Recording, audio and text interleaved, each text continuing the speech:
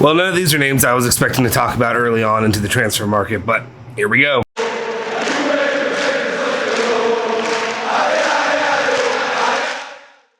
Ciao, Bianconeri. My name is Justin Sofro. Today is Saturday, June 5th, 2021, and we're just going to jump into it. First news starting off for the day, we have Saul Niguez to Juve. And if I say the name wrong, I apologize.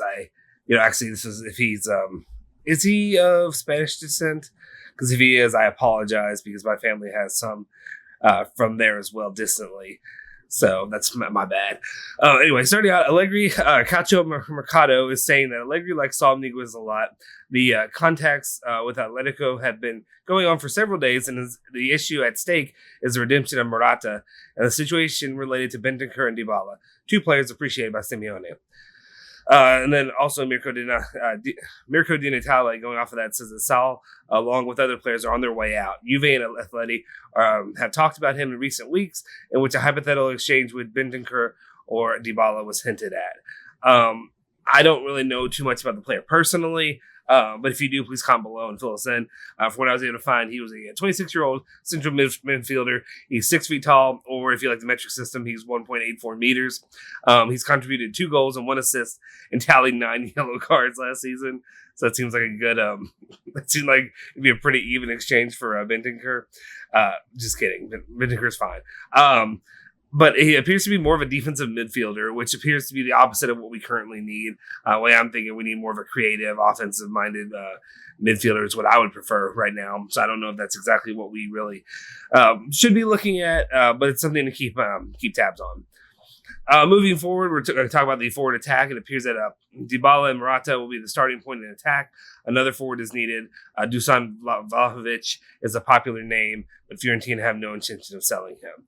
So currently they don't intend on selling him, but I've heard that name popping up a lot. Going back, though, when we talk about Dybala and Morata, one of the main issues with that is I guess it's more about the redemption of Morata, but then they're interested in Bentancur or Dybala.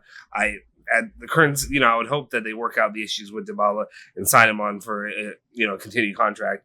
Bentancur, if that's an option, that's fine. I'm okay with it. I understand some people have a lot more faith in Bentancur than I currently have. Again, I probably am somebody who also gets I get stuck with one negative moment in my head. I just think of that Porto match a lot, so that's on me. Moving forward, we have Pjanic and Locatelli update. The idea of Pjanic is concrete. This is reported by Nicolo Ballas, saying the idea of Pjanic is concrete. If Barca allows him to leave on loan, in midfield, Allegri wants a big name, and that is Paul Pogba, or a player with those characteristics. Apart from Locatelli, Juve are waiting for Sassuolo to lower their demands. Again, the situation with Locatelli worries me a little bit, and very well maybe the smokescreen for Juventus. Either they're trying to make sure that they can get it for a better price, or Sassuolo's trying. It's just a stalemate between the two. They both know what's going to happen in the end, but it's just about getting that number right. And I hope so. Because Locatelli is my top 2 list for the year. I'd be okay with Pjanic if he came back on loan, but honestly, I know he was okay with Allegri, but I just don't. I'm beating a dead horse at this point. I just don't think that he's a name I worry about. If Allegri can get Paul Pogba, though, sign me up. I'll be good to go.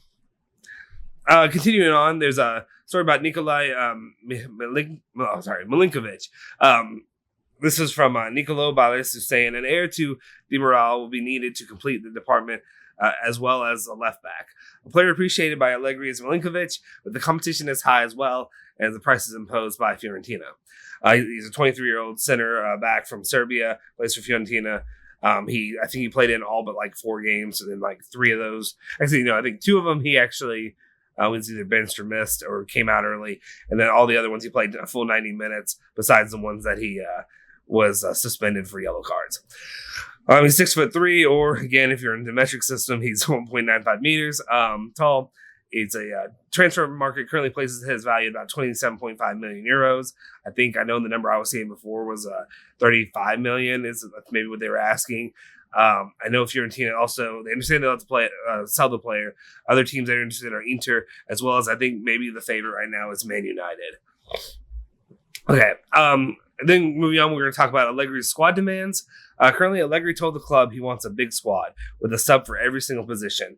This is to compete at all fronts, reported by Gazzetta dello Sport. I see where he's coming. I definitely agree. It's beneficial so you aren't stuck pulling from the Primavera for a position of need and praying that it works out. I think about Olivieri, who was pulled. I think of, the times when Fagioli and all that were played. And, I like what I saw from Fagioli, but it's a gamble pulling anybody from one of those lower leagues into play, especially if it's, a match where we need the points, especially last year. We needed the points. And, you hate to see, any kind of lacking stability there. Continuing on, Juventus vice president news. According to Calcio Mercato, Juventus, Andrea Agnelli is thinking of entrusting Marco Storati with the role of vice president. The position of Pavel Nedved is not known. The two could share the position as vice president. Something of interest to keep an eye on. How does this affect his work with the club as well as his relationship with Mino Raiola and the players of interest there? That's something I wonder. Especially, if Nedved is demoted. But, if it's just a double vice president, I guess that could work out. But it seems...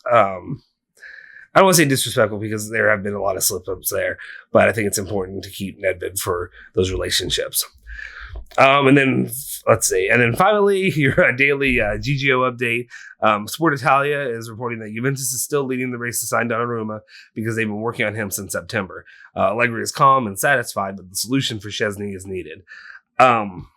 All I can say is, well, I'm glad you're calm, Allegri, because you know who's not calm? This guy. I'm not calm. I know you've got a contract for a few years, but you know who signed a lifetime contract? I did. So maybe you'll be here for a few years, but then who gets stuck with, what are we going to get? I guess we could get stuck with like the next Edwin van der Sar or something like that. I don't know. I just worry about that. I don't know. To me, it's just, I like to beat dead horses right now. It's kind of all we can really do until like more bigger news comes out or, any kind of updates come out regarding the transfer market. We may be well getting through the Euros before anything really comes to fruition. I'd imagine Donnarumma might be the next one. That's the one I really want to look out for.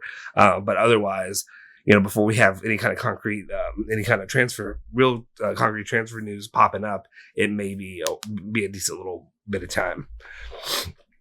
But that's all the news I have for you today. Check in with us tomorrow to get the latest roundup covering all things Juventus.